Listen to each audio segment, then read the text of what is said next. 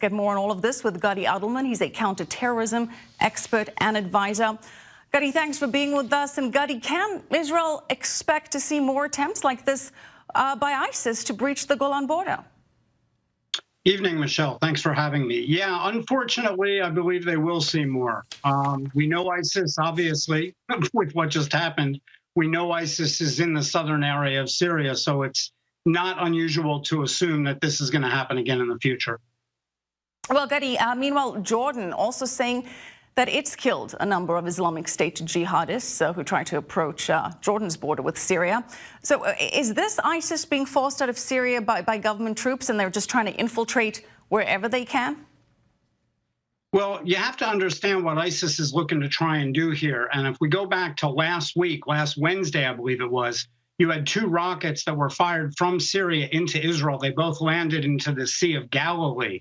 Now, although the Israeli Defense Forces and the Israeli government publicly stated that it was just fire that was coming over from the civil war by accident, many analysts, including myself, believe that it was fired by ISIS to try and drag Israel into the war in southern Syria. Because what you have is a situation where if ISIS can get Israel to fire on Assad forces, that helps them. Right. But what ended up happening was they attacked the actual, those that launched that rocket, those 2 rockets. And what happened was they took out ISIS fighters along with the rocket launchers. And it went so far as that Russia even thanked Israel later through back channels. They actually thanked Israel for taking out the ISIS terrorists. Well, as you said, Israel is being lured into this fight, or attempted to be lured into this fight in various ways. So far, not quite taking the bait, but still drawing lines where it will defend itself. But we have Russia saying that it's going to help. Russia's Interfax news agency saying that Russian military police are going to be deploying along the border between Israel and Syria. Is that going to be effective?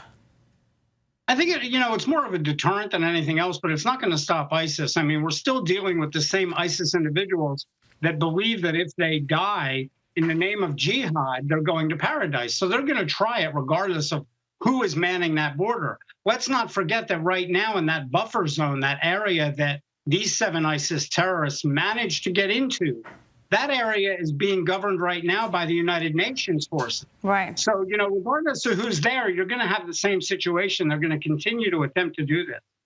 Yeah, well, the United Nations forces haven't been that effective in monitoring that border, Gadi. Of course, Israel is also concerned about Iran's entrenchment in Syria. The Russians have tried to assure Israel that Iran will be kept away from the Golan Heights. But meanwhile, there's another front developing with Iran. It's reportedly beginning a major military exercise in the Persian Gulf region. And as we know, Iran has threatened before to block off the Strait of Hormuz, which is a critical oil shipping route. How seriously should these threats be taken? I don't think that they're going to attempt it. Right now, you've got, my sources are telling me, I heard you say a few dozen ships. Right now, my sources are telling me that Iran has 50 small patrol boats or attack boats in the Strait of Hormuz.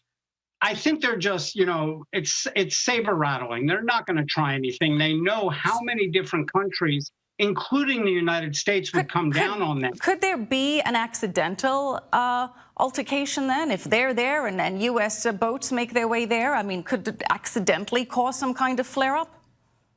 Oh, absolutely. And you have that anytime you have these different countries in international waters. So right now, the U.S. does have ships there. The U.S. Navy is there. Thus far, up to this point, since this morning, U.S. time, when they started this exercise, we've not had any contact whatsoever with these ships, we being the United States. So I really think that Iran understands this is not a situation like the previous administration, where they, as you know, in 2016, they took over a U.S. patrol boat.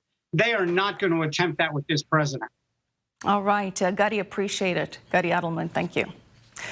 Well, meantime, in a